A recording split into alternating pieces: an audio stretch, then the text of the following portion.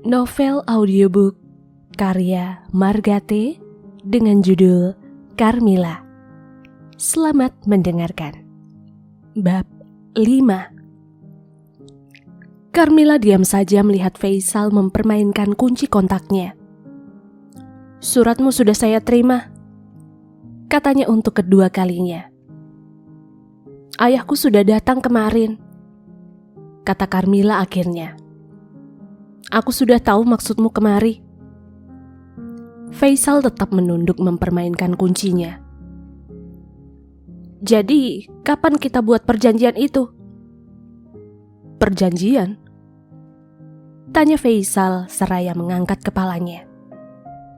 "Tentu," saut gadis itu sambil memandang ke jalan.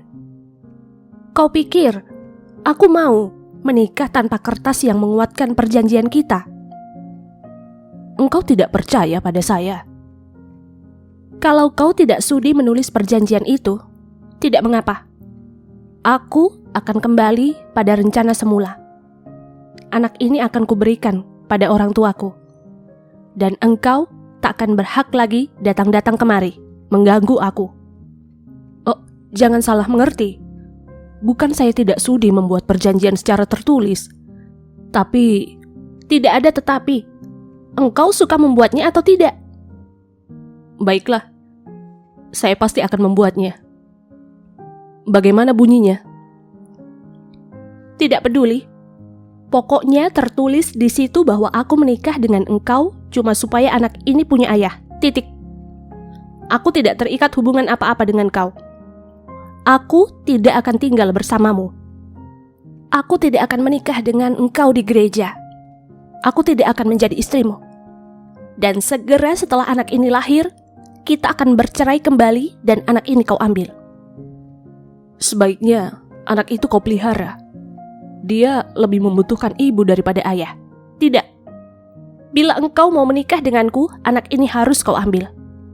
Bila engkau tidak mau, engkau boleh pergi dan tinggalkan aku sendiri." "Jangan begitu. Engkau boleh berkata dan berbuat apa saja. Tapi jangan perintahkan saya pergi. Saya sungguh-sungguh menghendaki anak itu. Saya akan memeliharanya dengan baik. Saya sudah berhenti kuliah, kau tahu, dan mulai bekerja pada ayah. Aku tidak peduli semua itu. Besok kau boleh datang lagi dengan surat perjanjian itu. Dan kau ajak juga notarismu." "Pakai notaris?" "Tentu. Kau pikir ini main rumah-rumahan?" Faisal menggigit lidahnya sambil mempermainkan kuncinya. "Mila, karena kita akan menikah di catatan sipil, maka saya kira saya bertanggung jawab penuh atas keselamatanmu selama mengandung. Saya minta supaya engkau biarkan saya mengantarmu ke dokter dan mengurus semua biayamu." Carmilla diam saja. Faisal menganggap ini sebagai tanda tidak keberatan. "Setelah kita menikah minggu depan, saya harap engkau suka pindah rumah. Saya telah membeli rumah yang sederhana untukmu. Letaknya di jalan yang tenang, di Kebayoran Baru. Sebenarnya saya ingin mengajakmu melihatnya. Akan tetapi saya tahu engkau tak akan mau pergi bersama saya. Mungkin engkau tidak menyukainya, tapi engkau dapat menjualnya dan mencari rumah yang lain." "Seharusnya kau katakan itu sebelum engkau membelinya. Jadi dapat kau simpan uangmu dan tenagamu yang terbuang percuma. Sudah kubilang aku tidak mau tinggal bersamamu. Atau kita tidak menikah saja?" Bukan begitu. Maksud saya, engkau tinggal di sana sendiri. Mungkin dengan adikmu atau bibimu. Saya hadiahkan rumah itu untukmu." "Aku tidak akan sudi menerima hadiah apa-apa darimu.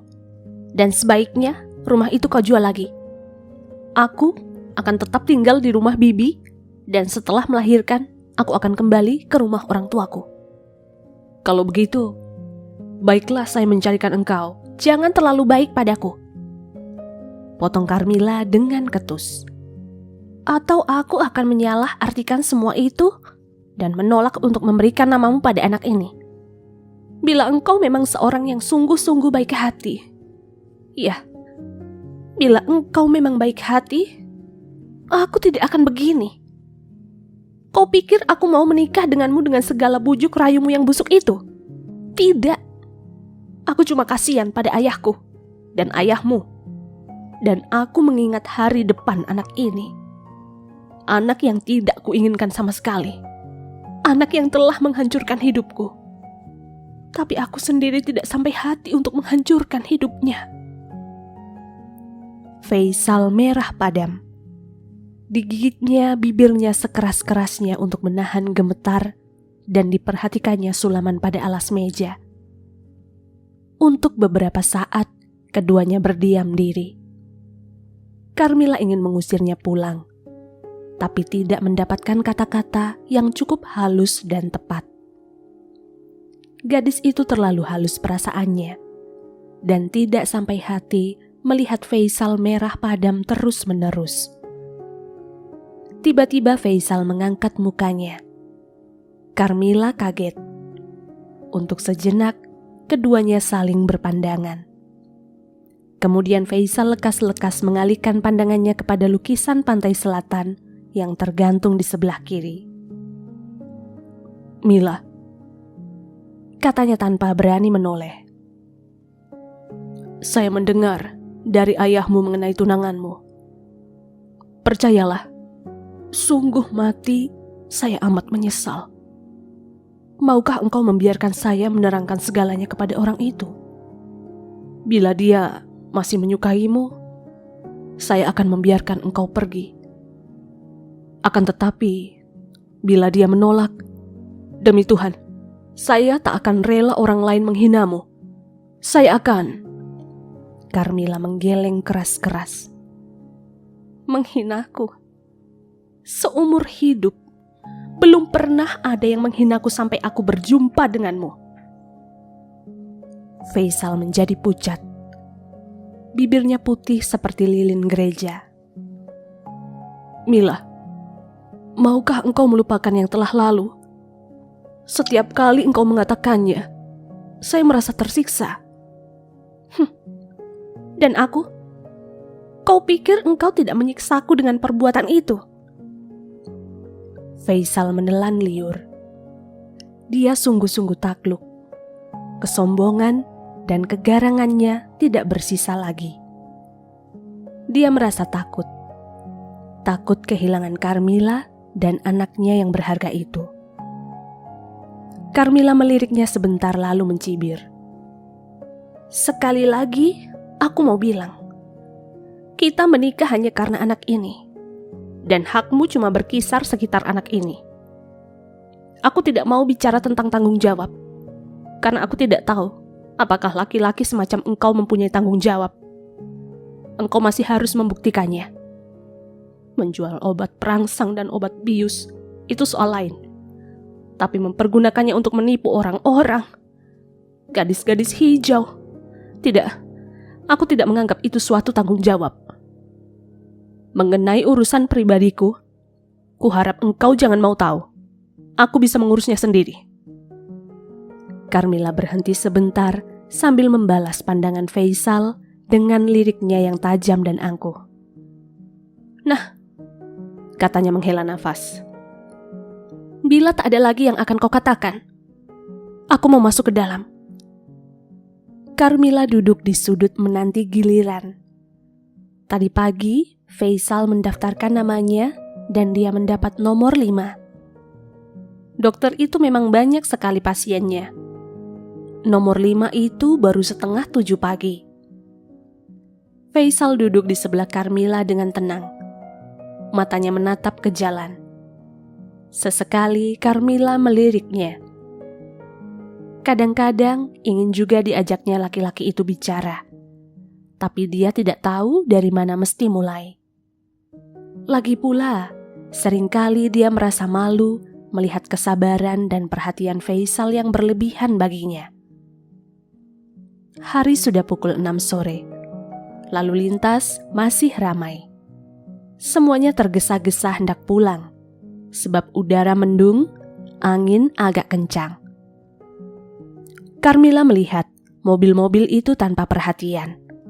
Hatinya kosong, Dia asik memikirkan teman-temannya. Mungkin mereka tengah praktikum saat itu. Entah praktikum apa. Carmilla menghela nafas. Dielusnya perutnya, sebab terasa bayinya bergerak-gerak. Carmilla selalu kegelian dibuatnya. Kadang-kadang sekali, jarang sekali, dia amat ingin mengatakan tentang hal ini pada Faisal. Tapi dia merasa malu. Faisal sendiri tidak pernah bertanya, sebab dia tidak tahu apa-apa tentang itu. Tiba-tiba ada becak berisi 2 penumpang wanita menyeberang. Dari kedua arah datang mobil, Gas dan Land Rover. Becak itu masuk di antaranya. Penumpangnya berteriak. Carmilla terkejut dan tanpa disadarinya, disambarnya lengan Faisal. Faisal memegang lengannya dengan tangannya yang lain. Sebentar kemudian, Carmilla sadar kembali dan segera menarik lengannya. Faisal melepas pegangannya tanpa berkata apa-apa. Pintu terbuka. Suster tua itu muncul lagi dengan buku panjangnya. Nyonya Gurong? Iya. Saut Faisal dan diajaknya Carmilla masuk. Dokter tua itu menyukai pasangan yang simpatik ini. Suami istri ini kalem dan tidak cerewet, katanya pada suster. Bayangkan, katanya dengan senyum nakal. Mereka hampir tidak pernah berbicara satu sama lain di dalam kamarku. Tapi dalam mata mereka masing-masing, aku bisa membaca isi hati mereka terhadap yang lain. Pasien-pasien lain, sambung suster, selalu gaduh. Apalagi bila rencana berkeluarga mereka berantakan. Si istri menyalahkan suami, suami menyalahkan istri. Kata dokter itu ketika melihat Carmilla dari balik kacamatanya. Sudah bermain sepak bola anaknya Nyonya? Kadang-kadang dia bergerak-gerak juga, dokter. Saut Nyonya Gurong dengan muka merah. Diliriknya Faisal. Laki-laki itu tersenyum memandangnya. Bertambah merah mukanya. Kadang-kadang dia merasa Faisal senang berkelakar. Cuma di hadapannya dia jarang membuka mulut. No, ya. Saya periksa dulu. Kalau dia suka berkeliling kutub, terpaksa saya jewer bapaknya. Nah, silakan Nyonya masuk ke sana. Tuan Gurong menanti saja di sini ya. Tidak apa-apa bukan? Dokter itu tertawa berderai-derai. Kedua suami istri itu merah padam dibuatnya. Pemeriksaan selesai dalam waktu singkat. Nah, segalanya beres dengan Nyonya. Datang kembali minggu depan. Sekarang mesti lebih sering kontrol, sebab sudah 8 bulan. Dan bapaknya mesti lebih berhati-hati bila menciumi ibunya. Aduh, malunya Carmilla. Dia menunduk pura-pura mencari uang dalam tasnya. Faisal menyangka dia lupa memberi uang. Cepat-cepat dikeluarkannya selembar ribuan. Ketika mereka keluar, hujan sudah mulai turun. Faisal berlari-lari ke halaman dan membawa mobilnya ke teras untuk menjemput Carmilla. Di tengah jalan, hujan menjadi amat deras. Carmilla menggigil. Dingin? Tanya Faisal sambil memandangnya melalui kaca spion. Sedikit, jawab Carmilla dengan kaku. Tutuplah kaca jendelamu. Carmilla menuruti nasihat itu, tapi tidak berhasil. Memang agak keras di sebelah situ. Coba, marilah saya tutup. Nah, begitu. Mungkin lebih hangat bila engkau duduk agak ke tengah. Carmilla diam saja. Faisal menjangkau mantelnya di kursi belakang. Ini, pakailah. Mantel ini amat berguna. katanya, dan diletakkannya mantel abu-abu di atas pangkuan Carmilla. Carmilla memegangnya sebentar, lalu memutuskan akan memakainya.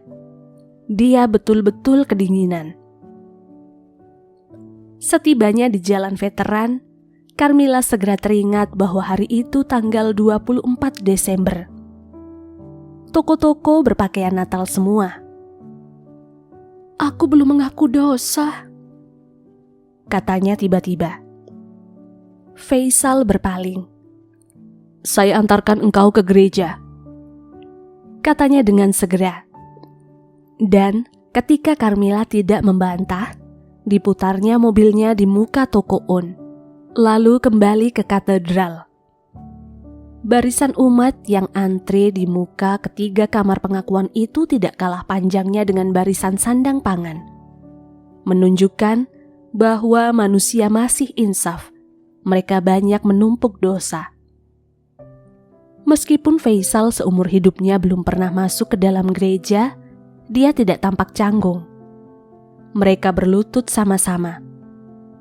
Faisal meniru semua gerak-gerik Carmilla. Ketika istrinya sudah selesai berdoa, dia berbisik, "Barisan yang mana, Mila?" "Yang tengah," saut Carmilla tanpa menoleh ke belakang, sebab dia sudah tahu itu kamar pastor bapak pengakuannya. "Kenapa?" tanya Carmilla lagi. "Engkau toh tidak akan antri sepanjang itu?" balas tanya Faisal. Lalu sambungnya, "Biarkan saya menempati giliranmu. Bila sudah dekat, baru kau datang." Dan tanpa menanti jawab lagi, dia bangkit lalu antre.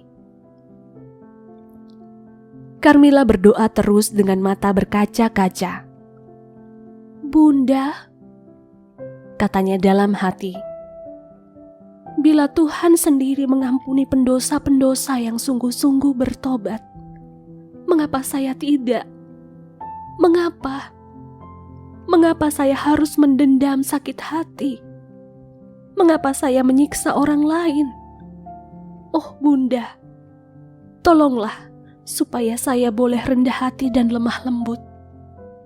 Dan pada malam Natal ini, berilah damai dalam hati saya dan hatinya. Oh, saya sungguh ingin melupakan semuanya." 3 jam kemudian, barulah tiba gilirannya. Faisal keluar, lalu menanti dalam mobil. Hujan masih turun rintik-rintik. Ketika Carmilla muncul, mobil putih itu cepat-cepat meluncur ke bawah tangga menyambutnya. "Apakah engkau sungguh-sungguh percaya bahwa dengan pengakuan semacam itu, dosamu betul-betul diampuni?" tanya Faisal tiba-tiba. Carmilla merasa aneh, mengapa tiba-tiba dia bertanya serupa itu. Namun, tak ada alasan baginya untuk pura-pura tuli.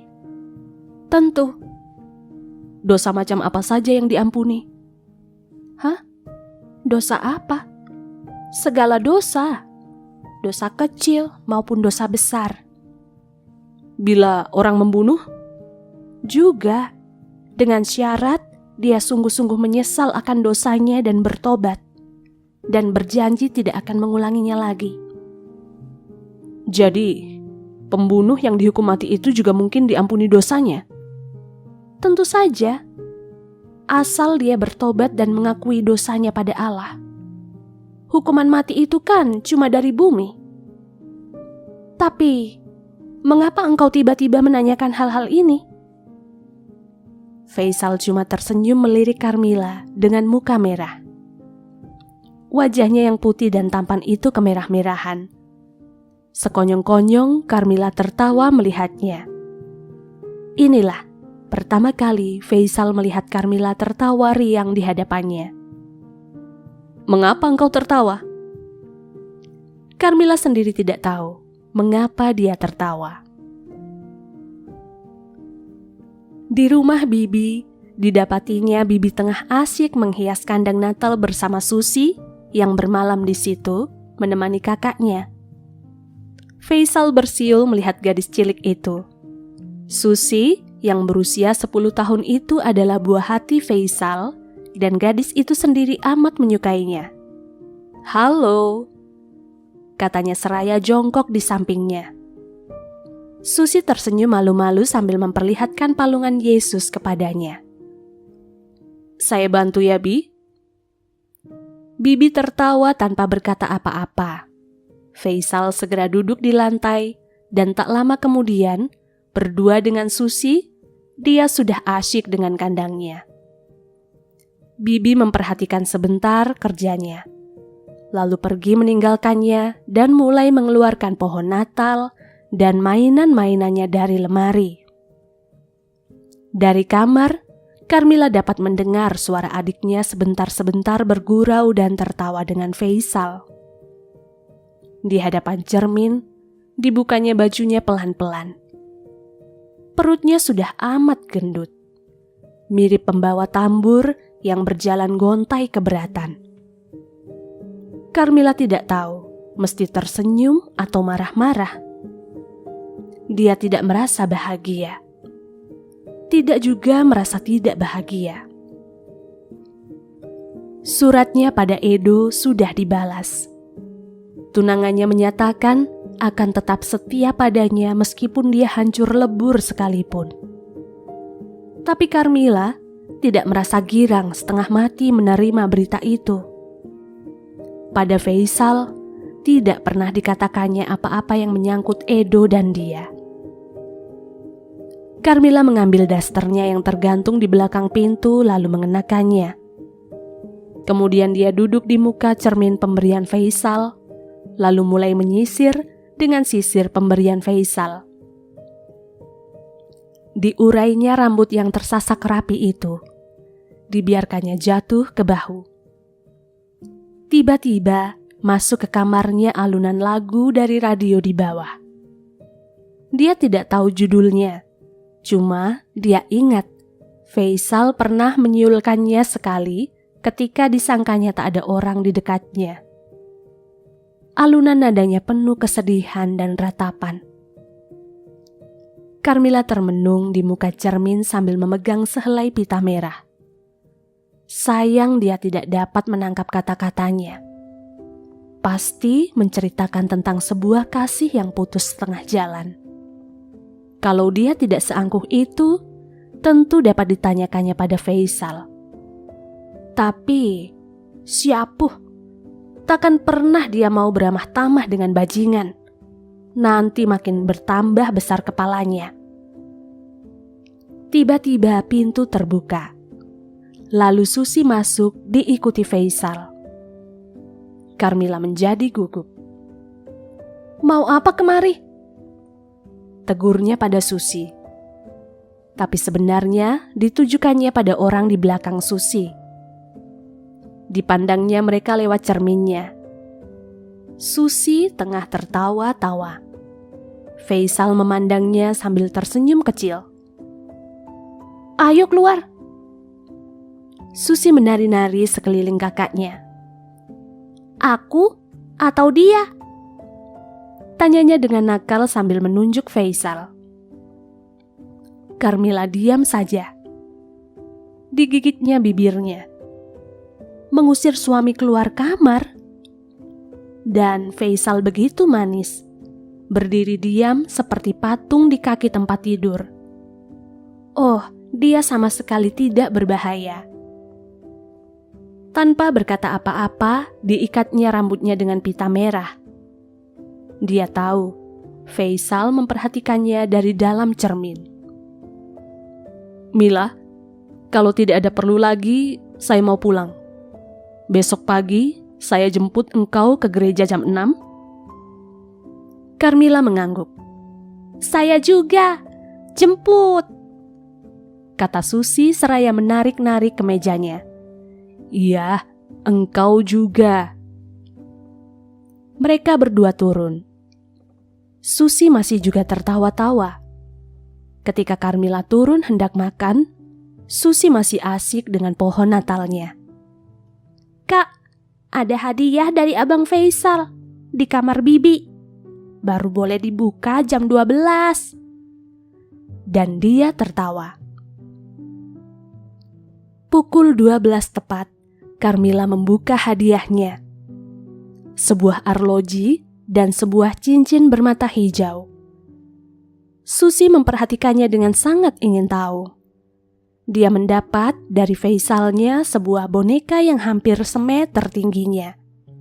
Berambut coklat, cantik, meramelek, bisa menangis, bisa berjalan, meskipun giginya baru 2, dan bisa minum. Susi memperhatikan hadiah kakaknya dan memutuskan hadiahnya yang paling bagus. Tentu saja, engkau yang paling dicintainya, kata Carmilla tertawa. Tentu, sebab aku selalu baik kepadanya, tidak pernah mengusirnya, tidak pernah memakinya. Bibi mendapat sehelai baju dingin. Paman mendapat sebatang pipa. Memang bajingan itu amat pandai mengambil hati orang-orang, apalagi yang tua-tua, kata Carmilla pada diri sendiri. Entah ibu di rumah mendapat hadiah apa, kata Bibi setengah mimpi. Selain itu, Carmilla juga mendapat hadiah-hadiah lain dari paman, bibi, orang tua, adik-adik. Tapi, Susi sama sekali tidak memperhatikan hadiah-hadiah yang didapatnya dari orang-orang lain, sehingga Carmilla menegurnya. Mengapa tidak kau pakai cincin itu? Tanya Bibi. Carmilla memperhatikan cincin pemberian Faisal, lalu memandang cincin Edo di jarinya. Dia memandang bibinya sambil tersenyum. Tanpa berkata apa-apa, dibungkusnya kembali hadiahnya, lalu disimpannya di pojok yang gelap dalam lemari.